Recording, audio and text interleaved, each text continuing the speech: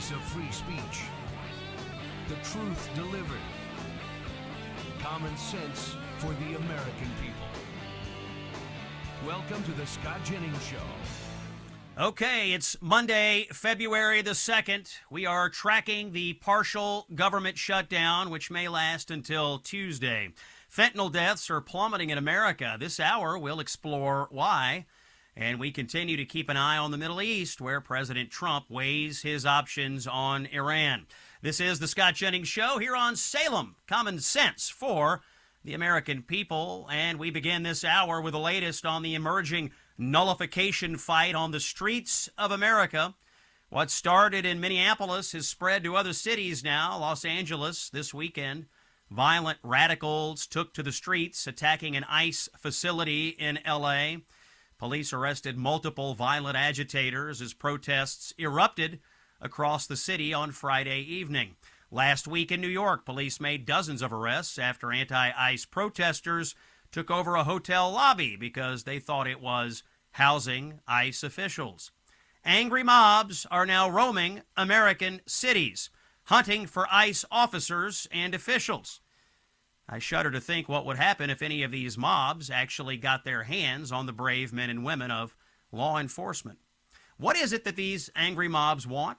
They want the federal government to stop enforcing immigration laws, laws that have been on the books for years and enforced without much controversy by presidents of both parties. These mobs and the politicians backing them up, stoking their anger and unleashing them on American streets, they want to nullify federal law. They effectively want to secede from the Union so long as Donald Trump is the president.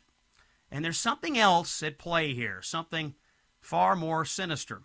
The real play, the real idea held by these radicals is that America doesn't exist at all. If this sounds crazy and stupid to you, well, that's because it is. And therefore, it is no surprise that the biggest names in Hollywood are now promoting this theory. Last night at the Grammy Awards, singer Billie Eilish, pretty famous person, had this to say. Here's cut one. No one is illegal on stolen land.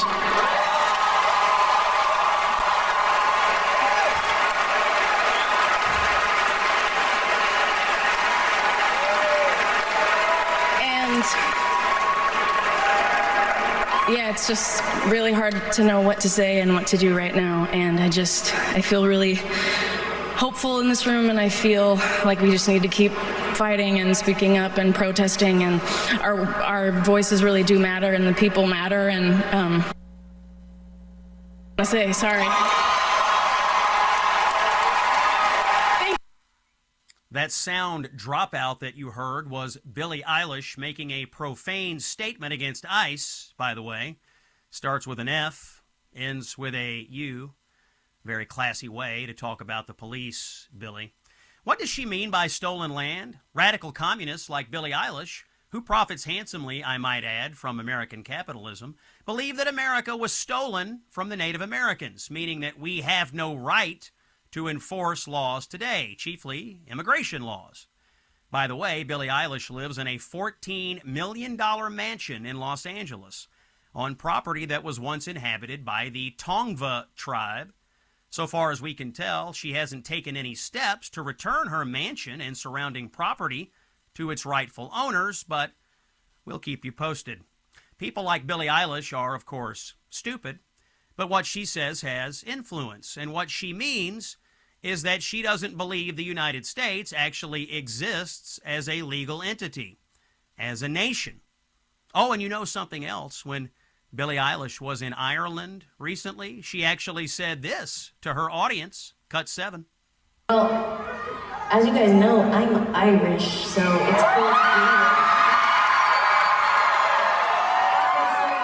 I am not from here, obviously, but it's really cool to come somewhere and like everybody looks exactly like you.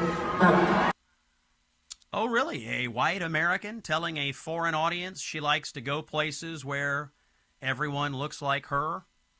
Sounds kind of racist to me. This stolen land business is a core belief of third world communist anti-colonial ideology. It's the same logic they use to argue that Israel doesn't have a right to exist either. They group people based on their victimhood status, oppressor versus oppressed.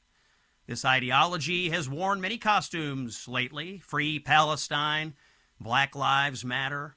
Attacking ICE is just the latest vehicle for the same idea, that America is rotten at the core, doesn't actually exist, and therefore laws don't apply. If you don't think we should have immigration laws, you don't believe we should have borders, and a nation without borders is, well, no nation at all. Lest you think, by the way, this is confined to the fringe lunatics in Hollywood or the faculty lounges at Columbia or Berkeley, there are numerous Democratic officials and candidates who are espousing these views openly. Take a listen to Boston Mayor Michelle Wu. Now, she disgraces herself on the regular, but this latest statement may be her most dangerous yet. Cut 4. Every person, every human being has the legal right to come to the United States and seek asylum or shelter. And every single person on Earth, Mayor Wu, Earth's current population is 8.29 billion. That's billion with a B. But Democrats believe that as a matter of policy, every one of them has a right to come here and claim asylum. And that's what they're saying in the case of this Ecuadorian national in Minneapolis who came to the United States illegally. You've no doubt seen the story. This is the guy who abandoned his 5-year-old son in the cold, leaving him to the care of ICE agents who did take care of that little boy while his father fled and his mother, also an illegal alien, refused to open the door. Democrats say the Ecuadorians can't be illegal because they're claiming asylum. From what exactly? Is there some turmoil in Ecuador? Of course not. But that doesn't matter. These asylum claims, millions of them, are mostly bogus, and they are designed to simply overwhelm the immigration system and create another status for illegal aliens to evade deportation. Let's hear now from supposed moderate Democrat U.S. Senate candidate James Tallarico. He's in Texas. Cut number 3. America is the immigrant. America is the protester. America is the huddled masses yearning to be free. Make no mistake, dear listeners, this is the core of Democratic thinking on immigration. They do want them all. They want every third world person to come here, and they will fight like the Dickens to keep them here in America once they do. These leftists, these communists, and yes, these Democrats are trying to give away your country to every person in the third world. And for you, well, for you, they do nothing except call you racist, Nazi, and fascist if you resist their revolution. They attack your police officers. They tell you that laws shouldn't be enforced. They ruin your neighborhoods with crime. That is what they do for you. My advice, don't stand for it. Or before you can say stolen land, your country, the United States of America, will be gone. This is the Scott Jennings Show on Salem. You're listening to Common Sense for the American people. You know, we've been canvassing our listeners and customers of Relief Factor and collecting their stories.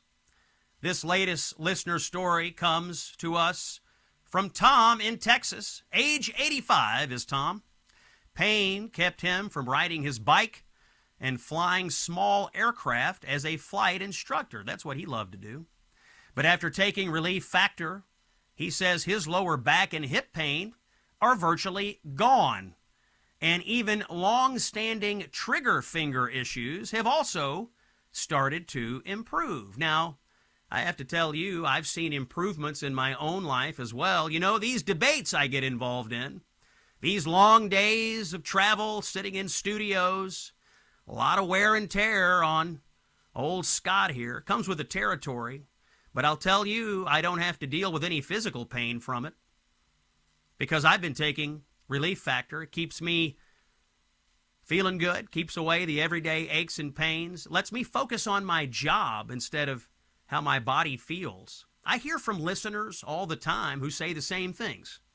They're still working, still pushing through their long days thanks to Relief Factor. If pain is holding you back, do the 3-week quick start. That's how it works. Call 1-800-4RELIEF or visit relieffactor.com. Coming up next, fentanyl deaths are way down in America. My next guest knows why. Stay with us here on the Scott Jennings Show on Salem. You've heard the narratives. Now get the truth. It's the Scott Jennings Show.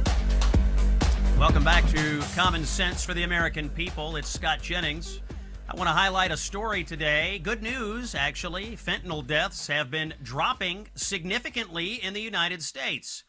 Overdose deaths declined by over 30% between the summer of 2023 and the summer of 2025. And last week, the CDC estimated that nearly 73,000 people died of a drug overdose during the 12 months that ended last August, down 21% from a year earlier. Why is that? Well, my next guest is Dr. Sally Satel, who recently wrote the article, Why Fentanyl Deaths Are Falling. Dr. Satel is a senior fellow at the American Enterprise Institute and a practicing psychiatrist and lecturer at Yale University. She's done the research that you need to hear about it. Doc, welcome into the Scott Jennings Show. So thank you very much. Thank you for being here, and I'd just like to start with this. Why, in your opinion, are fentanyl deaths falling in America? Yeah, well, there are actually several reasons, and experts are still debating over which ones are the most potent, but I think they all play a significant role. I'll go through them quickly. The first is Narcan, which is its technical name is naloxone, but that's the overdose reversal agent. People can literally squirt it in their nose.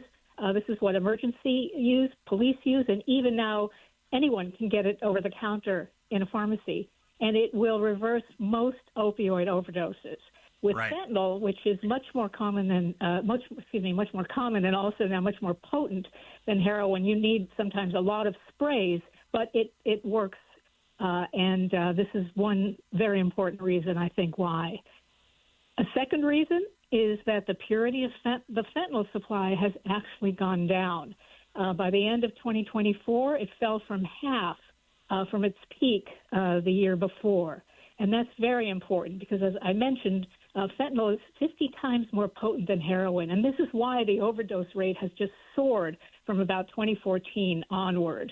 And this probably has to do with the fact that there's a supply shock from China. This theory was put forth in a recent issue in Science magazine, and the researchers speculate that the Chinese companies which make fentanyl precursors, which they send to Mexico, are sending less, and this is out of compliance with international counter-narcotics laws.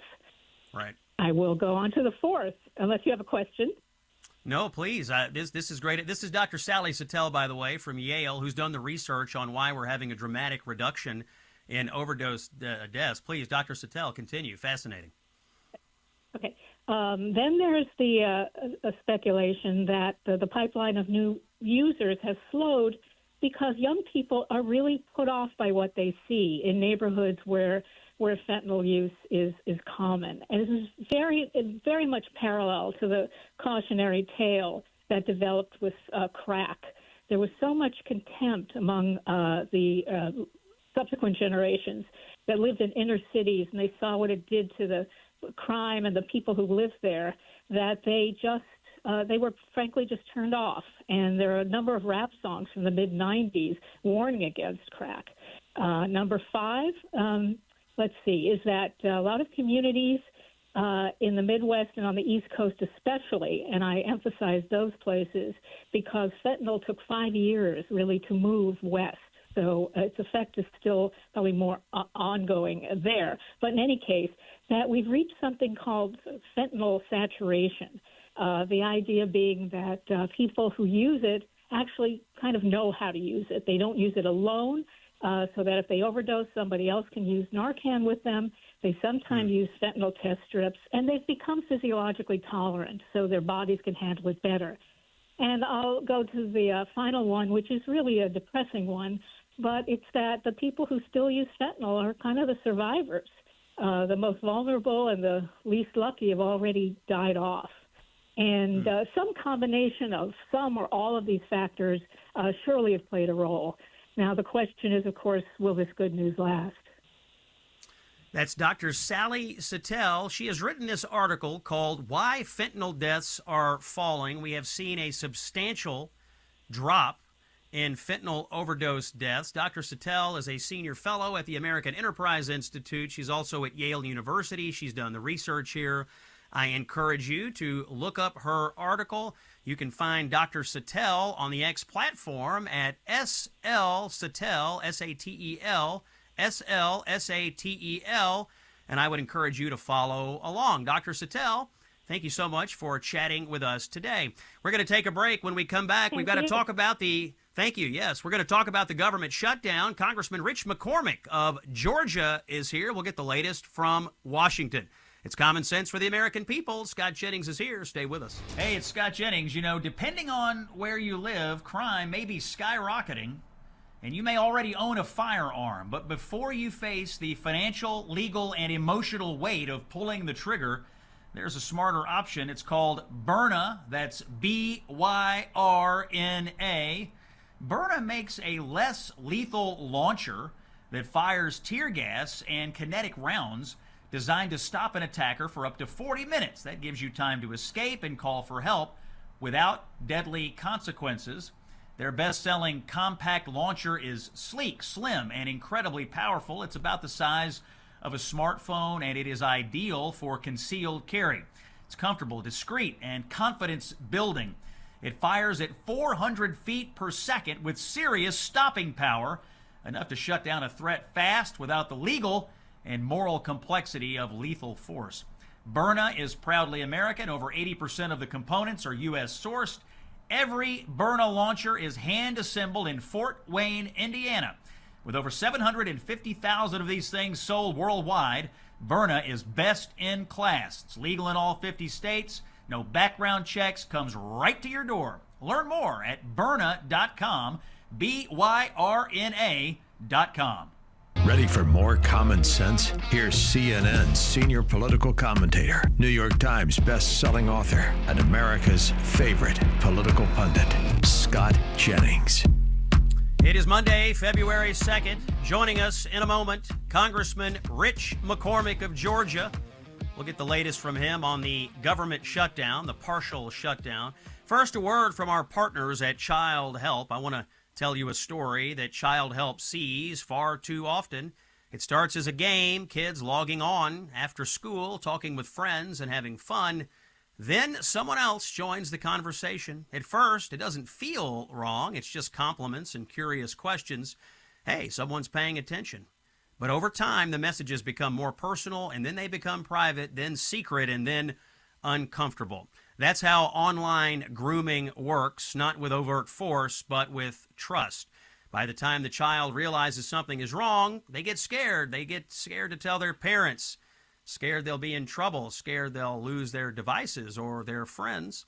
This is where Child Help steps in. Child Help's life-saving programs focus on prevention education, intervention and treatment, helping kids recognize grooming behavior before it turns into abuse, and helping parents know what warning signs to look out for.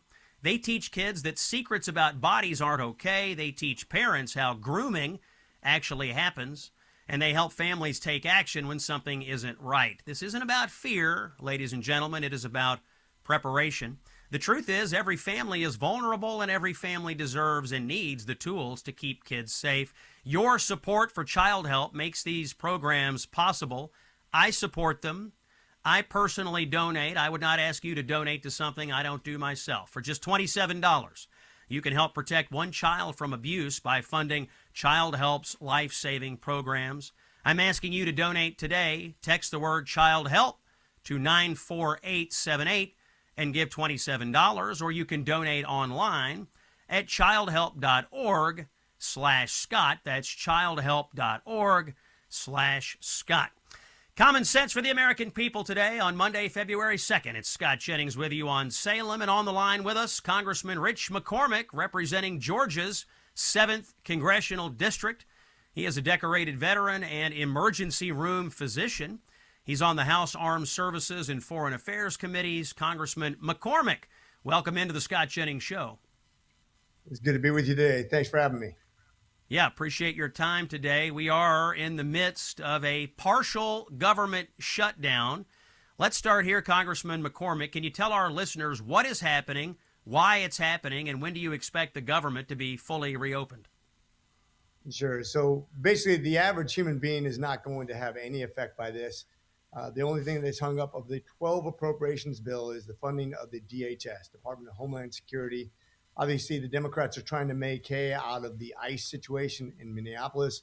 They're trying to essentially go back to defunding the police.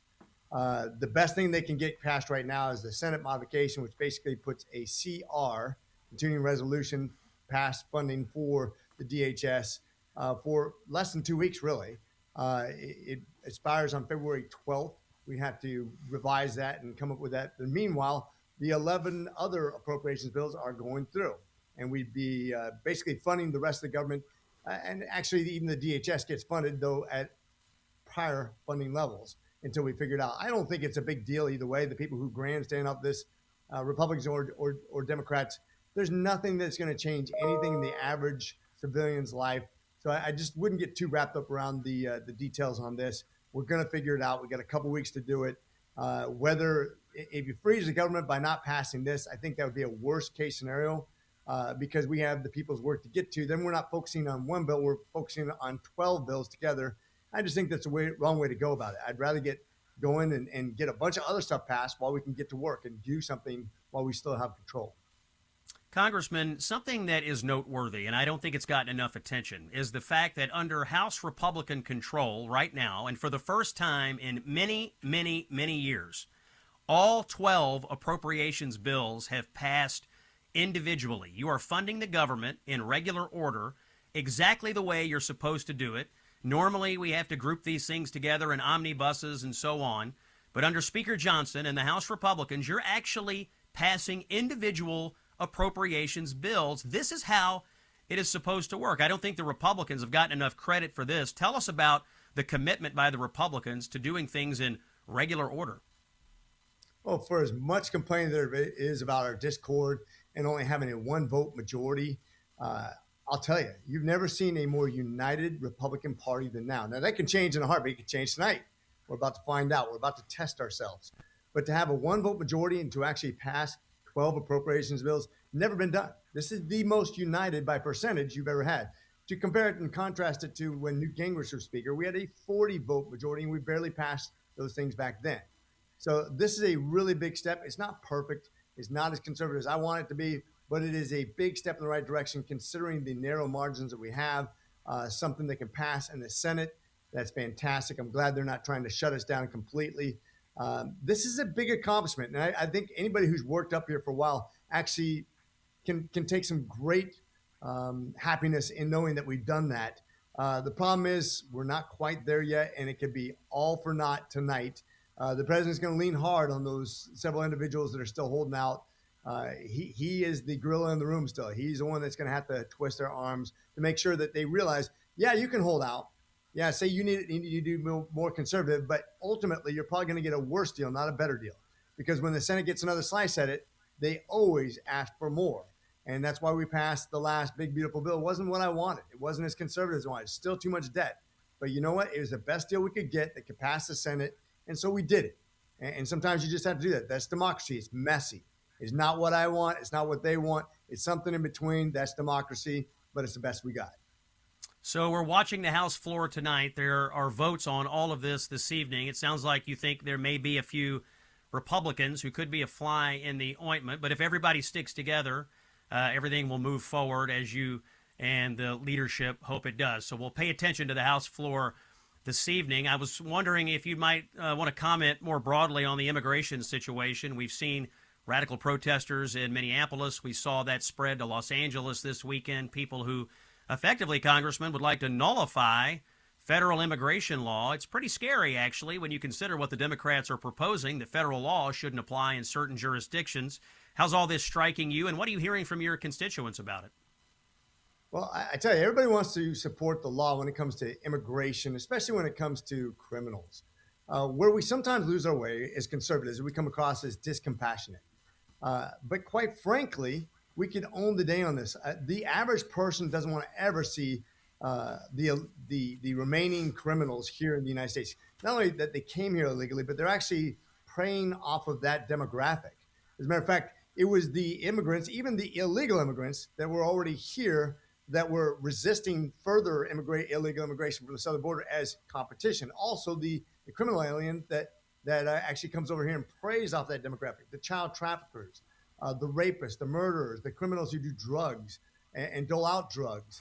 Everybody wants to see them out of the United States. Now, I think there's some debate over exactly the people who've been here for 30 years, that have employees, that have a son at MIT and married to an American. That's where it gets a little bit squirrely, and that's where we have to be very careful, because we could lose a significant portion of the Hispanic support that we've gained, because they want a secure border too. They don't want criminals here either. But when you have liberal organizations texting people in my district, middle schoolers, saying we need to rise up against ICE, we need to stand up against these horrible people. You see how they're kind of stealing this idea of compassion, that they're doing the right thing somehow, as if they're teaching them civil discord. You know what you should be teaching them? If you don't like a law, study the Constitution, study legislation, study how you change laws. Don't teach our kids how to be political. Teach them how to be law-abiding citizens, that actually know how to control government, how to change government, and how to be of the people and by the people. And then we'll teach them something worthwhile in schools, rather than just civil disobedience. Yeah, some of this video coming out of certain schools that have shut down and sent their students out to protest against ICE. These messages you're talking about, where they're teaching students to hate law enforcement officers. They are trying to radicalize these kids and make them hate the police and make them hate the idea that we have law and order in society. I think you're right to call it out. Congressman Rich McCormick of Georgia is our guest here on the Scott Jennings Show. Congressman, you are a doctor by trade. I know you've been working on this policy with the administration a little bit. Can you tell us about what President Trump is doing on prescription drug prices? We've heard a little bit about the Trump RX program. What can you tell us about that and the administration and the Republican Party's overall efforts to get drug prices under control for American consumers? And so this is a huge step in the right direction. We have a lot to work on, a lot to do with the insurance premiums as well, which is not covered by this particular part of the healthcare plan, which he has a bunch of things that he's addressing at once. When it comes to pharmaceutical pricing, when it comes to sales, that when we purchase drugs, that we get most favored nation status, so we get the same prices as everybody else, and that they're the best price out there. We are a massive consumer. This should always be reflected in our purchasing power. We should always have pricing transparency. When you go to buy your drugs, it shouldn't be one price at CVS, one price at Walgreens, one price somewhere else, and that you just have to figure out where. He's trying to give you pricing transparency, that you can pay either out of pocket or with your insurance policy, that it's the best price no matter where you buy it and how you buy it, that you get the best price. We keep on getting robbed. When I was a physician, if I gave you a prescription, it could be for an antibiotic, for example, and you go fill it, you're going to pay and I'm make up these numbers, but this is just an idea what could happen. You pay your $10 copay, you turn in the rest of the insurance maybe charges for that antibiotic $90. Then the insurance company says, well, I'm going to pay that $90 and I'm going to upcharge that by 10% for your premium. Now you essentially paid $110 for that prescription. If you would have paid out of pocket, the cash value, it would have been as much as about your deductible, which is maybe a $10 copay.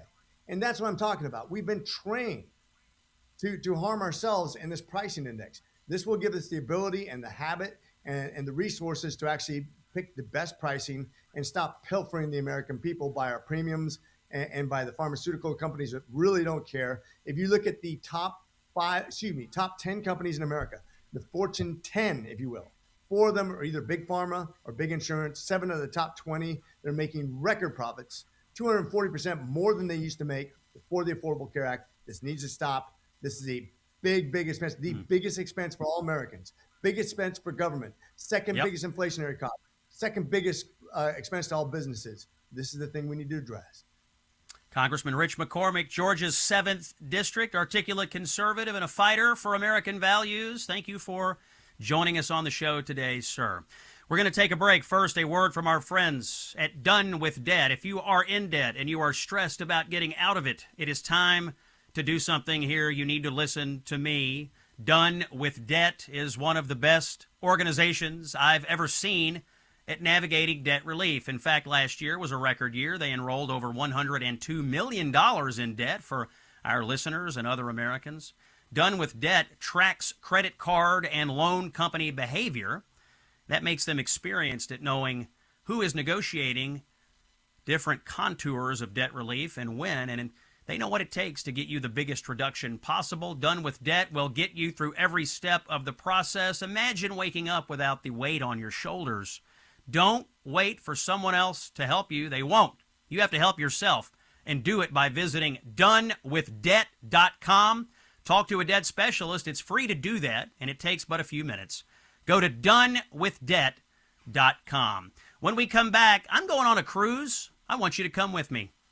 You'll want to hear the details. It's Scott Jennings here on Salem. He's the author of the best-selling book, A Revolution of Common Sense. Here's Scott Jennings. Monday, February 2nd, broadcasting live from Palm Beach Gardens, Florida.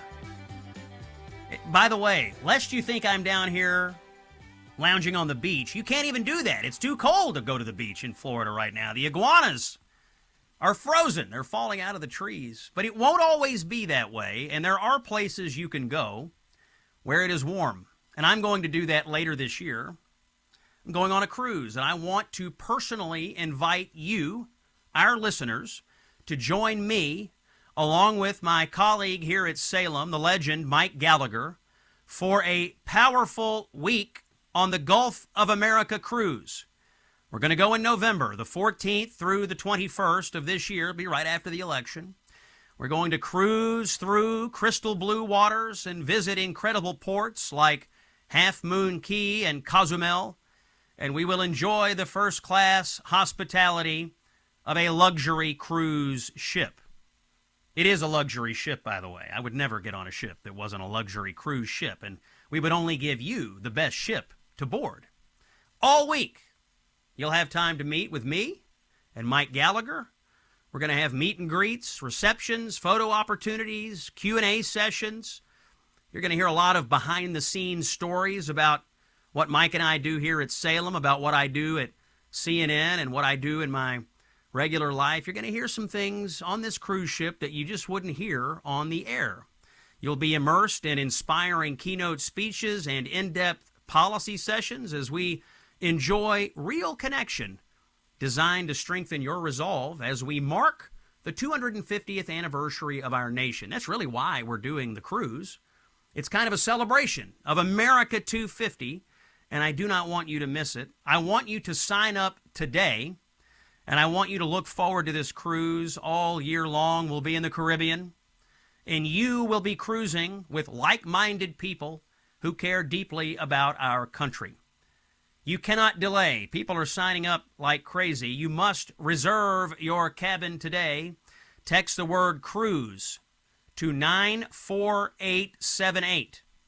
That's cruise to 94878. Or go to scottjenningsshow.com and click on the Gulf of America cruise banner. So to sign up, and you should sign up. We're going to have a fun time. Text the word cruise to 94878 or go to scottjenningsshow.com and click on the Gulf of America cruise banner. We take off in November.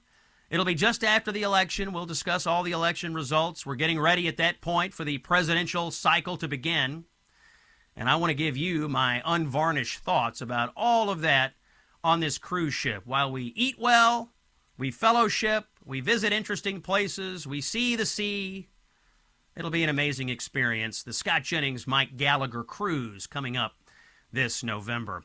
Before we round out this hour here on the Scott Jennings Show, I wanted to bring you one more story, an incredible story.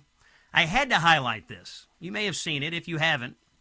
The New York Times has been running op-eds from a supposed doctor who was slamming Israel, of course, in his opinion pieces on the pages of the New York Times. They called him a Gaza doctor. It turns out that this man was a colonel in Hamas. The New York Times has been running columns from literal Hamas militants. Hussam Abu Safiya was recently photographed wearing a Hamas military uniform while at a gathering of Hamas elites to celebrate the completion of the Kamal Adwan Hospital. That's according to the Jerusalem-based watchdog NGO Monitor. So you have this man, Hussam Abu Safiya, a Hamas colonel, claiming to be random, humble Gaza doctor. And, of course, the New York Times gobbling up his opinion pieces, which slander Israel. Now, you might remember that last year the New York Times had to add an editor's note to an image of a malnourished child that they tried to tell you was starving because of Israel, but really he just had pre-existing health issues. They were part of a propaganda campaign then, and they are now having to admit they were part of a propaganda campaign by running 2 op-eds from a Hamas colonel. Remember when their opinion page editor had to resign over a Tom Cotton op-ed? Will anyone resign over this? Don't hold your breath. That's hour 1. Hour 2's coming up. It's Common Sense for the American People. Scott Jennings is here. Stay with us on Salem. The voice of free speech. The truth delivered. Common sense for the American people. Welcome to the Scott Jennings Show. It is Monday, February 2nd, Groundhog Day. You're listening to the second hour of the Scott Jennings Show, Common Sense for the American People. They were at it again, as they always are, in Punxsutawney, Pennsylvania. What happened to the groundhog this morning? Let's listen into the moment where the groundhog emerged. Cut 10. Hear ye, hear ye, hear ye. Now on this February 2nd, Punxsutawney Phil, the seer of seers, prognosticator of all prognosticators, was awakened from his wintry nap at dawn on Gobbler's Knob. Phil looked to the skies and then, speaking in groundhogese, directed President Dunkel to the proper scroll, which reads, "It's my great honor to answer your annual call. So I rise again this morning to greet you all. But today I wake thinking of numbers and time. America turns 250 and I'm at least 139. Let's celebrate all, young, old, babies, or millennial, and kick off America's semi-quincentennial. We look to the future and not just the past. So I suppose this party could use a forecast. It is my job this February 2 to look to the skies and report back to you that there is a shadow here on my ground. 6 more weeks of winter abound. Oh, that naughty groundhog has foisted upon us 6 more weeks of winter, and it's underway already here in Florida, where I broadcast to you today. It's cold down here. The iguanas are freezing and falling out of the trees. Terrible thing. Breaking news, by the way, just into the show. President Trump is apparently holding nuclear talks with Iran on Friday. To discuss all this and other national security matters, Rebecca Heinrichs joins me, national security expert, and she is a senior fellow with the Hudson Institute. Welcome back to the show, Rebecca. You are the official national security correspondent of the Scott Jennings Show. We're glad to have you. Such a privilege to have that title. Good to be here. Thank you very much. The president, by the way, was asked over the weekend if a strike on Iran by the United States would start a larger regional conflict. Let's listen into the president and comment. Cut number 9. Why wouldn't he say that? Of course he would say that, but we have the biggest, most powerful ships in the world over there, very close, a couple of days, and hopefully we'll make a deal. If we don't make a deal, then we'll find out whether or not he was right. The president speaking from Mar-a-Lago. Rebecca, what do you think? What do you think about the talks? What do you think about the American military buildup in the Middle East? I think it rhymes a lot with what was happening leading up to President Trump's initiation of the operation to arrest Maduro in Venezuela. There was, of course, a massive military buildup. President Trump always had an open hand for diplomacy. And if you remember, Scott, President Trump spoke directly with Nicolas Maduro 1 week before the operation that came in and arrested Maduro and now brought him back to the United States. So I think that President Trump is obviously engaged in some coercive diplomacy. I mean, just a massive amount of air power, naval power surrounding Iran. The Ayatollah is the only person in Iran that actually has the authority to make decisions about the nuclear program. And so I think talks that don't involve him are really just smoke and mirrors anyway. But the Ayatollah himself, of course, has spent the last several weeks mocking President Trump and threatening retaliation against the United States on Twitter. So it's not a good situation for the Iran regime, and I think we're really close to something happening where the United States does intervene militarily. The word is that tens of thousands of protesters who want regime change in Iran, the people who are bravely out protesting the Ayatollah in the streets, have been slaughtered by the regime. Let me ask you two questions, Rebecca. Do you believe these reports? Do you think the numbers are really that high? And number two, on the idea of American strikes, if I were the president, I guess the question I would have is, if we strike the regime, what are the targets and can we guarantee that the regime would fall? What say you about those matters? So great question. So on the first one, I do believe that the numbers are very, very high. It'd be impossible for me to know exactly how many innocent protesters the Iran regime has killed because they had this internet blackout. So they didn't even want anybody outside Iran to know what was going on.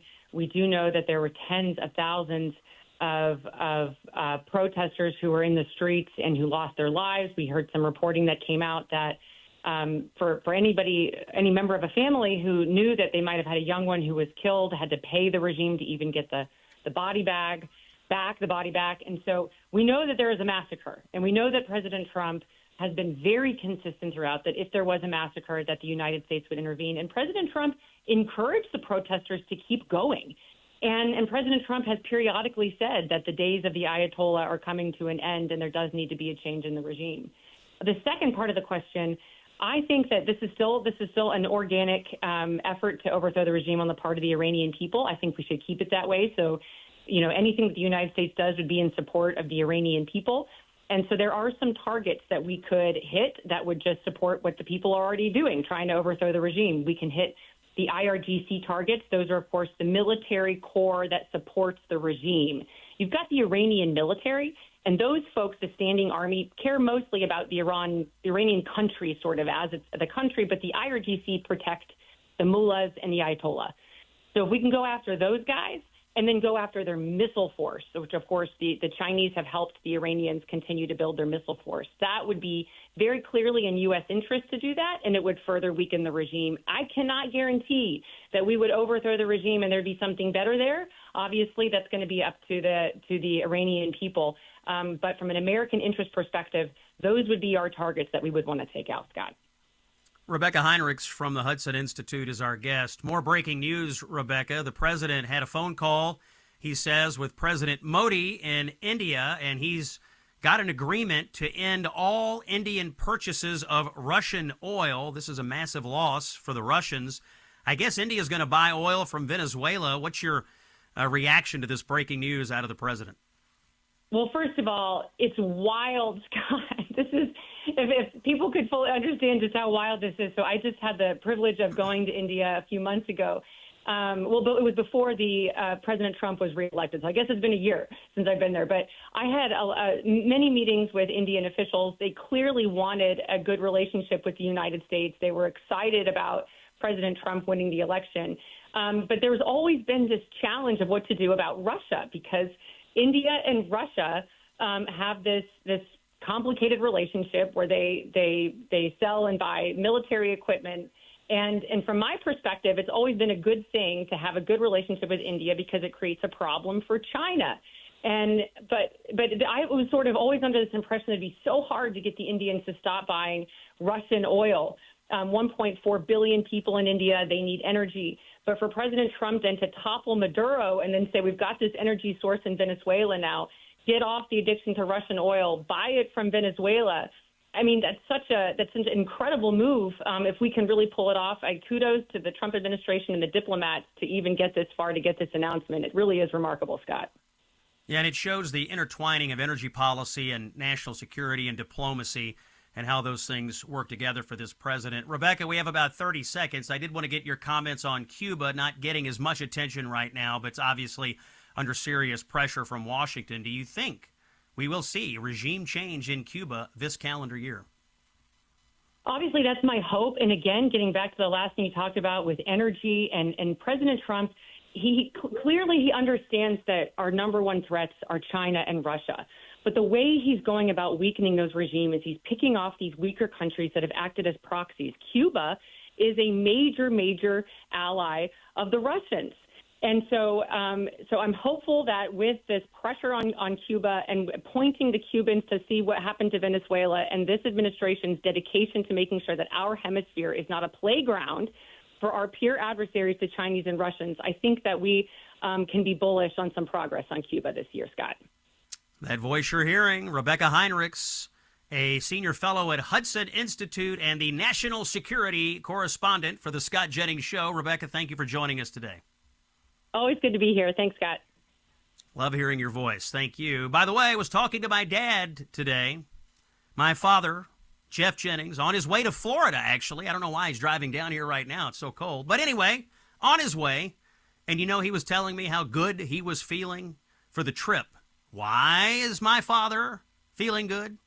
Because he is a faithful user of Relief Factor. Nobody has embraced this more than my father. My dad, no spring chicken, but he's hopping around like one, taking his winter trip to Florida. I think Relief Factor could work for you as well. Try their 3-week quick start. That's all you really need to do. You call 1-800-4RELIEF or you visit relieffactor.com. Let's see if we can get you out of pain. It worked for my dad. I've taken it. Works for me. We're getting lots of calls and letters. I think you should consider us. More when we come back. You're listening to The Scott Jennings Show on Salem. When he's not in the Oval Office or owning the libs on CNN, he's here with us. It's The Scott Jennings Show. And it is Monday, February the 2nd. Scott Jennings broadcasting to you live from Palm Beach Gardens, Florida. I've been back and forth across the country over the last few days. Always nice to see my friend here in Palm Beach Gardens, Mr. Curtis Bush of Studio 67. Does a terrific job hosting the Scott Jennings Show when we are in town. I've had actually some really good events over the last few days. Saturday night, in fact, I was speaking to several hundred people at the Mojave County, Arizona Republican Party. Signed a lot of books out in the desert. I flew into Vegas and drove through the desert to get to the tip of Nevada where it hits Arizona, Mojave County, Arizona, the northern part of that state.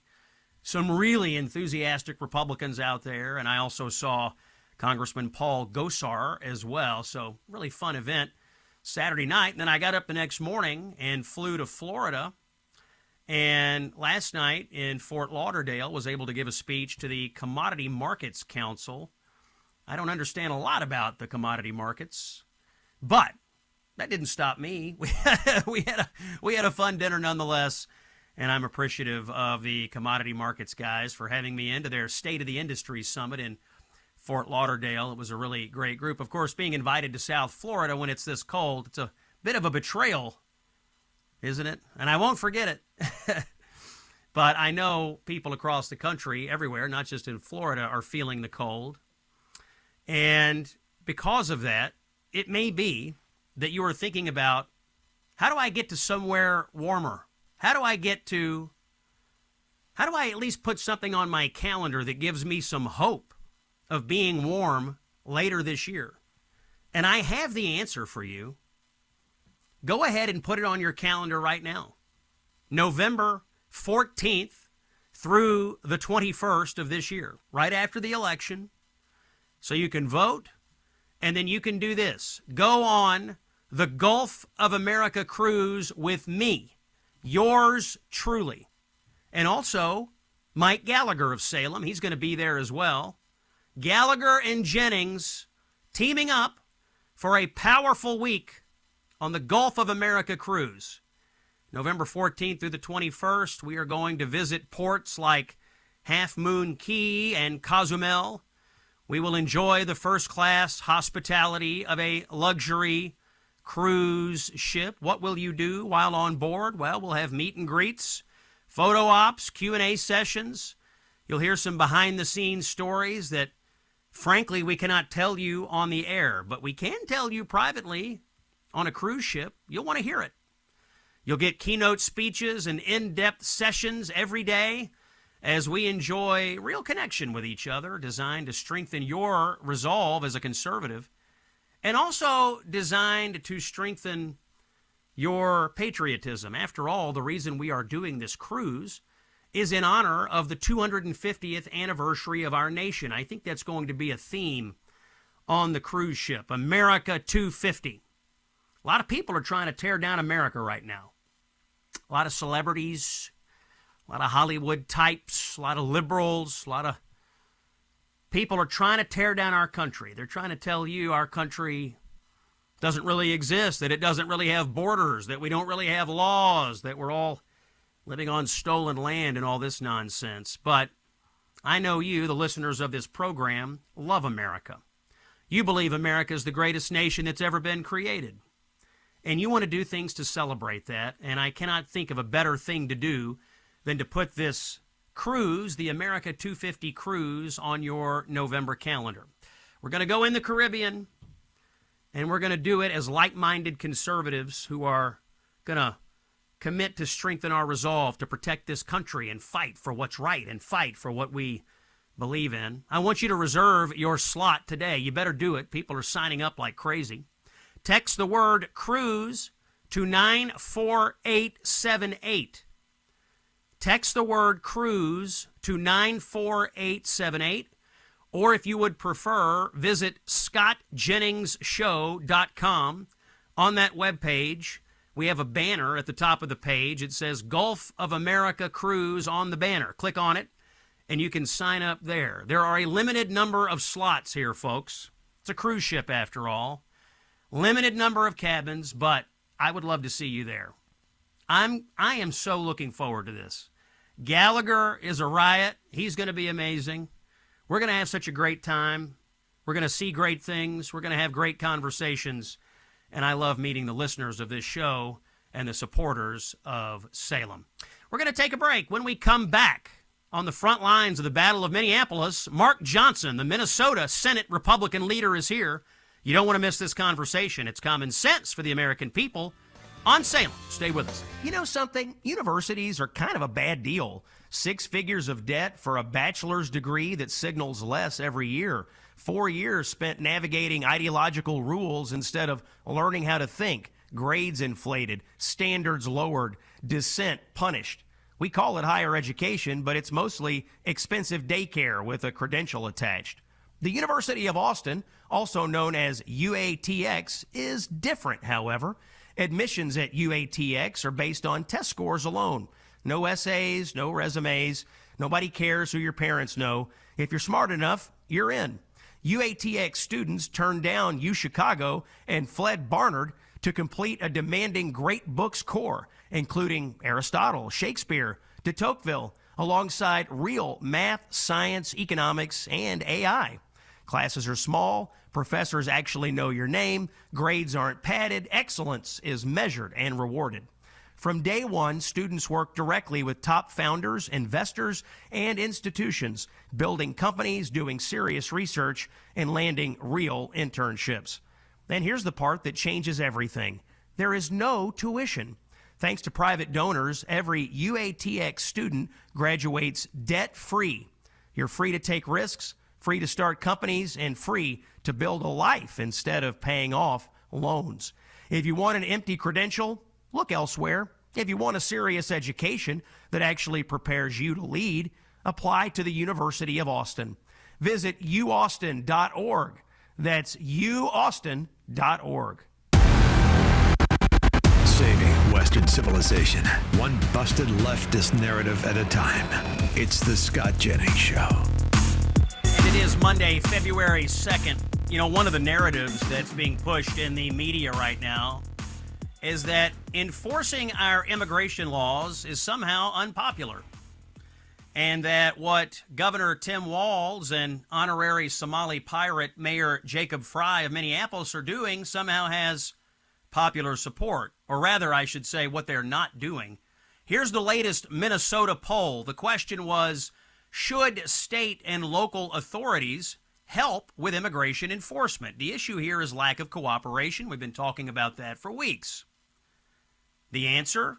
50% of people in Minnesota said yes, they should cooperate. They should help with immigration enforcement. Only 36% said no, we should not cooperate. I think the Democrats are out over their skis in Minnesota and elsewhere as they prevent cooperation with federal law enforcement. To discuss all of this with me is someone who is on the front line of this battle in Minnesota. His name is Mark Johnson. He is the Senate Republican leader in the state of Minnesota. Senator Johnson represents Senate District 1, I think up in the northwest corner of the state. Senator Johnson, welcome into the Scott Jennings Show. Hey, Scott, thank you so much for having me on. I really appreciate the opportunity to get on and talk a little bit about what is going on here in the state of Minnesota. We've been making some headlines lately. You know, I assume when you ran for the state Senate and became the Senate Republican leader, you didn't imagine your state was going to be in the national news for all the wrong reasons on a daily basis. But yet here you are, as you hear these poll results, half, 50% say yes, cooperate, 36% say no. Does that match what you're hearing on the ground from your constituents and other people in Minnesota? Yeah, that's a great question. You look at Minnesota, and it's a lot like other states where there's a little bit of blue and a lot of red. In my district, I think you'd find overwhelmingly support for cooperation between law enforcement and our federal law enforcement friends. But what you see down in Minneapolis and St. Paul is a real effort to undercut federal law. And that's going on through the protests, through aggravating the operations that Metro Surge is trying to accomplish down there in the state. So it's really become quite a hot spot down in the metro, but I think most of the rural Minnesota feels very strongly we should be cooperating.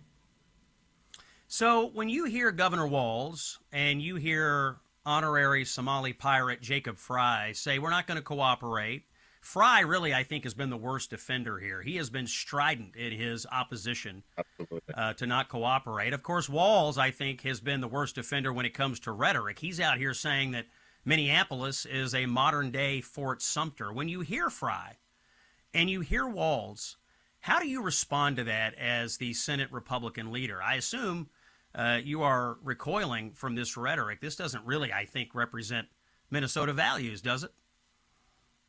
It's really been a turn with Democrats and their talking points. If you look through press releases in their talking points, it's this hardcore language with a lot of swearing in it to make them sound so tough. But the reality is Minnesota is known for Minnesota nice, right? The priority is to get along with each other and do that. Once we elected Governor Walz and AG Ellison and Mayor Fry, it's really turned into this whole toxic sort of DC politics in this state that has run pretty strong 8 years since Governor has been there.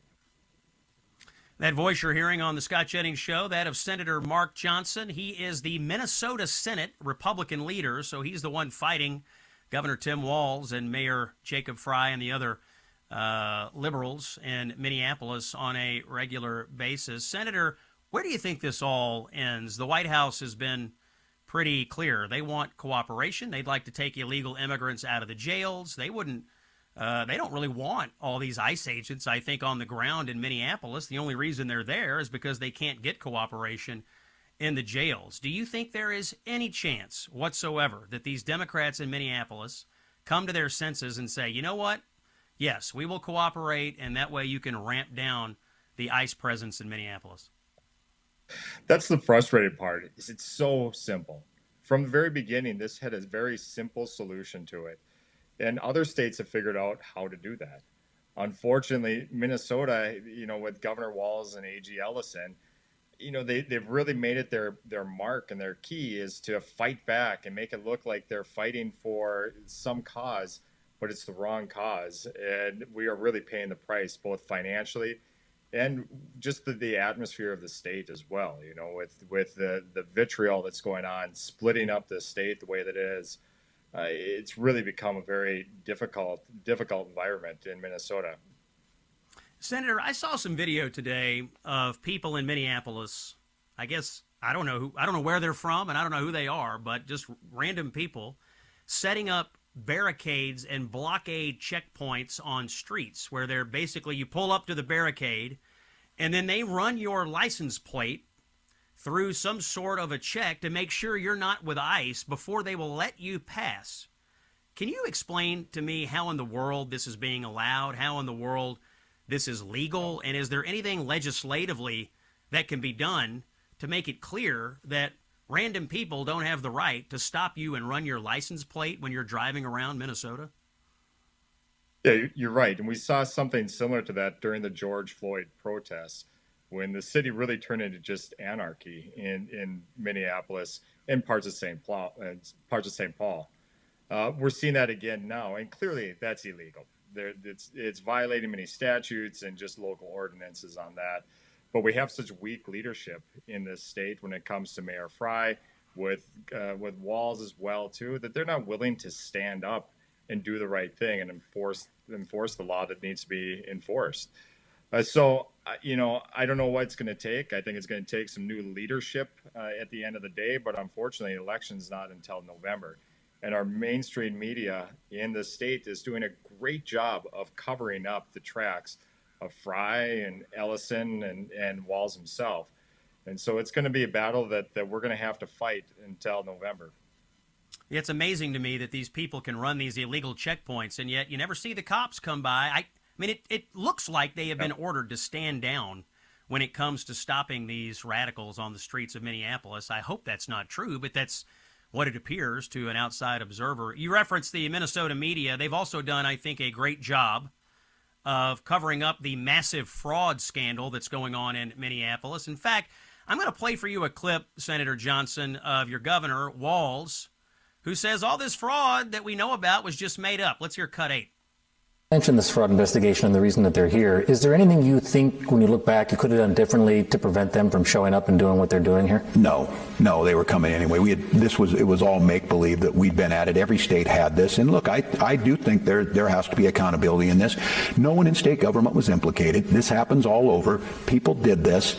We got it caught. We put them in jail or whatever. Okay, he first said it was all make-believe, but then he said it happens everywhere, and then he said some people went to jail. Senator Johnson, for the record, was there a massive fraud going on against the taxpayers of Minnesota on a number of fronts? A, can you confirm that? And B, do you believe people in state government have been implicated, should be implicated, and should go to jail? Scott, absolutely there is fraud here. The prosecutor, Joe Thompson, has charged out well over 72 cases on this particular item itself, just on the fraud in Minnesota. He's estimating somewhere around the realm of $9 billion. Now, this is from a prosecutor. This isn't political bias discussion or talking points. This is reality in the state. And for the governor to go and try to change what the truth is with something like this, I hope every Minnesotan gets a chance to see this clip. This it should make people irate on what they're doing to using people as pawns. Of course there is fraud going on in this state. Of course Governor Walz knew about it, but he let it go for at least 8 years. And so this just brings me over the top on something like this. It should not be happening here in this state. And to be clear, this fraud is happening in state government. It is happening in the Medicaid program. Ultimately, it is the governor and the executive branch that is responsible for the Medicaid program. And for Tim Walz to wipe it away, well, I'll just tell you, it's been my contention and others that one of the reasons you're seeing all of this stoking up of these radical protests over immigration enforcement was to take people's attention away from the fraud scandal. Remember, this scandal, if it were make-believe, Tim Walz would not have abandoned his re-election campaign.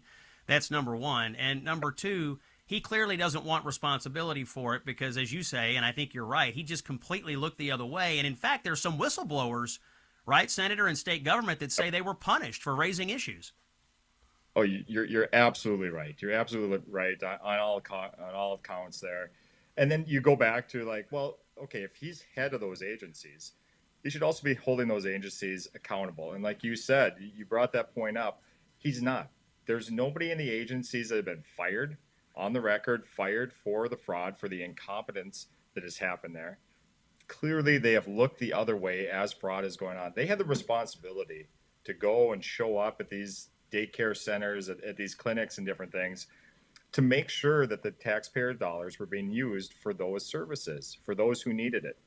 And yet they were not showing up. There's empty buildings with mailboxes outside or Leering Center signs on the outside. And that's what we were paying millions and millions of dollars that should have been going to veterans or schools or those in need that needed those programs. And so for the governor to simply, be complicit in these protest things, really stoking things up, it's pretty politically convenient for him right now to have this going on in the state. Senator, we've got about 30 seconds left. Are you or are other senators, are people in the legislature in touch with the federal government still about turning over information that you have uncovered about the fraud? Are you providing them with information, and do you think we're going to see more indictments and more to come from the feds in holding people accountable in Minnesota? There are a number of sources, Scott, that are working on that right now. We have the Office of the Legislative Coordinator there that's working on getting some information over. Our House partners are doing a great job of getting that information over. And we've got several leads within our caucus itself that's working on that information too. So, yes, there is information being flown up to the federal side of things. And hopefully we're going to see that pick up again as we crack down on the fraud in Minnesota. Senator Mark Johnson, he is the Republican Senate leader in Minnesota. We really appreciate your time. Thanks for joining us today. Hey, thanks so much, Scott. Appreciate it. All right, talk soon, my friend. I want to talk to you, by the way, about your wireless service. Here's what you don't know. There is actually a wireless company that you can choose that shares your values. And in fact, they invest in your values. I met these guys recently. I couldn't have been more impressed. They run Patriot Mobile. They are more than just a wireless provider. They are an activist organization that is funded by selling top-tier cell phone service. They do deliver prioritized premium service on all three major U.S. networks. You'll get the same or even better coverage when you switch. And they do have unlimited data plans, mobile hotspots, and international roaming. Everything you need, Patriot Mobile has. And I'll tell you what they also have is a willingness to fuel the Christian conservative cause. Every bill you pay advances the values of faith, family, and freedom. Take a stand. Go to patriotmobile.com/Scott or call 972-PATRIOT. Use promo code Scott. Get a free month of service. patriotmobile.com/Scott. Make the switch today. When we come back, Doge got something right on uncovering some fraud in the African Development Foundation. We have that story next. Fighting the left with the best weapon we have, common sense. This is the Scott Jennings Show. Home stretch here on Monday, February 2nd. Common sense for the American people. Scott Jennings is with you.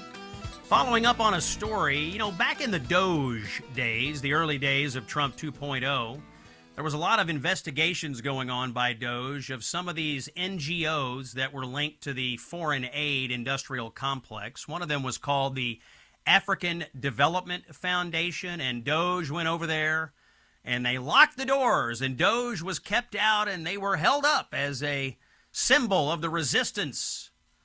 They were fighting against Doge. Well, it turns out that the African Development Foundation CFO has now admitted that he routed money to a friend's African pass-through organization in exchange for kickbacks, and he has pled guilty to all this. On the story, joining us, Luke Rosiak is an investigative reporter at the Daily Wire. Luke, your team has been following this story since day one. Tell us about the saga of the African Development Foundation, which, as it turns out, was corrupt, correct? Correct. Thank you for having me, Scott. So it's actually not an NGO, it's a GO. This is a federal agency, despite the name having foundation in it. It's a government agency, kind of like the little brother of USAID. And nonetheless, its employees, for some reason, felt that they didn't have to recognize that the Trump administration was in charge of the country. And so they locked the doors. And, this was at the time Elon was saying, if people resist DOJ audits, it's probably because they have something to hide. But other people, like Democrat Senator Brian Schatz, said that they were heroic. I mean, they were the David fighting against the Goliath. The left-wing media called it the little agency that could, because they were resisting DOJ and the Trump administration so hard. But around that time, back in May, I did a very long story, sort of like a 5,000-word expose that got into how corrupt this agency is. And I talked to a whole lot of people that worked there, all of whom, probably vote for Democrats in their personal lives, and joined to support the mission of helping poor people in Africa. But what they found when they started working there is it wasn't doing anything of the sort. It was just sort of an agency that existed to let a bunch of bureaucrats funnel money to themselves. And I laid out several instances where they would give money to some African group, but then they would make the African group give some of it back. And so it's kind of exactly what people were speculating was happening with USAID, where the money goes out the door and it looks like it's going to some poor country, but it's really just going to a bunch of people that live in Bethesda, Maryland, and things like that. And so this wasn't speculation. In this case, I was able to show it. One of the things that I found was actually a search warrant during the Biden administration on the CFO of the agency, a guy named Matthew Zahu. And so what happened this week is the wheels of justice turned slowly, but they finally charged him and he pleaded guilty. But in between time, what's really interesting is these left-wing groups were suing to try to get an injunction from a judge that would block Trump's people from being in charge and put in charge this guy that just pleaded guilty. And they did that even after they knew he was under criminal investigation, at least if they read the Daily Wire. All right, this is blowing my mind, and I need to correct myself. It's not an NGO, as you pointed out. The African Development Foundation is a government agency, so your tax dollars fund this. The CFO is a guy named Matthew Zahu. He is the ringleader of all this, and you had left-wing lawyers in D.C. manipulating the law to try to protect him. But what you're saying is we were passing through U.S. tax money to these other things going on in Africa, African countries, and he, the CFO, was demanding personal kickbacks, and that's what he is going to plead guilty, right? He's taking bribes. This is what the guilty plea is?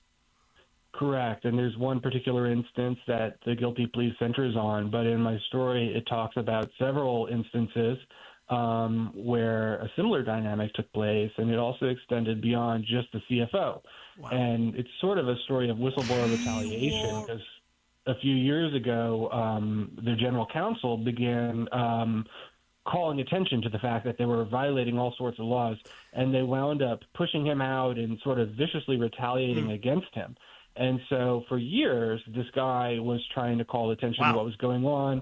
And Senator Risch, a Republican who's in charge of on the Foreign Affairs Committee, he said, look, if you guys don't clean up the act, people are going to lose faith in all foreign aid, and we don't want that to happen. Luke, you're exactly right. Everybody needs to read this story. Luke Rosiak, you can get it at the Daily Wire. There is corruption in our government. It was uncovered by Luke Rosiak, our latest guest. We're done for the day. Join us again tomorrow. It's Scott Jennings with you here on Salem.